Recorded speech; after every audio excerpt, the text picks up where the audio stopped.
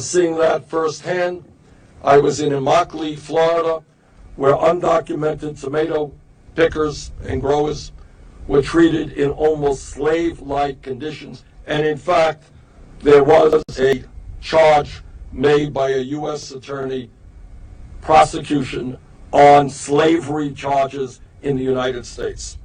And that is why we need immigration, which gives rights and protections to immigrant communities, not exploitive guest worker programs like those that form the heart of the 2007 immigration bill, a bill that the Southern Poverty Law Center described as akin to slavery, the guest worker provision.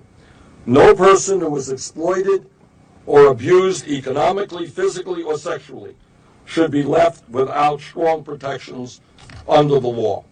Having a fair and humane immigration policy does not mean we do not have a secure border. Of course we have a secure border and must have a secure border. But it certainly does not mean building a wall across the U.S.-Mexican border. Using modern technology like high-grade camera and thermal imaging detection, we can secure our borders while protecting the rights and needs of border communities. While we create a secure border and create a humane immigration policy, we also have to address the policies that lead to poverty and violence in Latin America. Now, all of you know that I have strongly opposed NAFTA, not only for what it has done to workers in this country, but also to what it has done to workers and farmers in Mexico.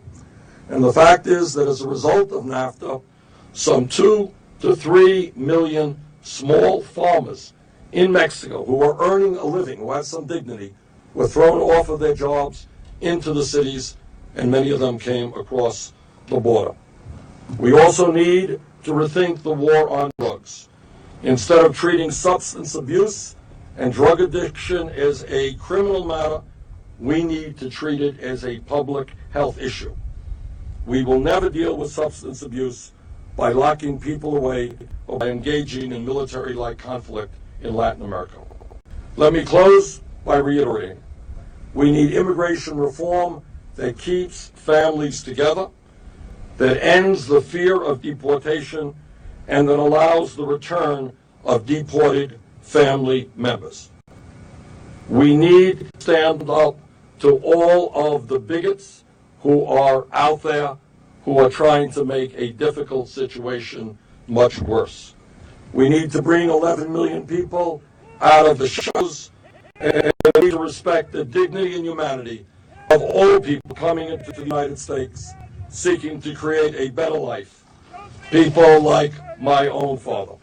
Thank you very much. Okay. Any questions? All right, great. Yes, sir. You said you want to end the deportation regime, correct? Yes. Do you believe that the President Obama administration is part of that deportation regime? Yes. Yes. Arizona in many ways has been ground zero for the immigration debate, and a lot of families here have been separated. How do you think you're doing in Arizona with voters? I'm sorry, say that last. How do you think you're doing in Arizona with voters? We'll find out on Tuesday, but I think we have a good ground game here, and I think we have a very good chance to win on Tuesday. Thank you all very much.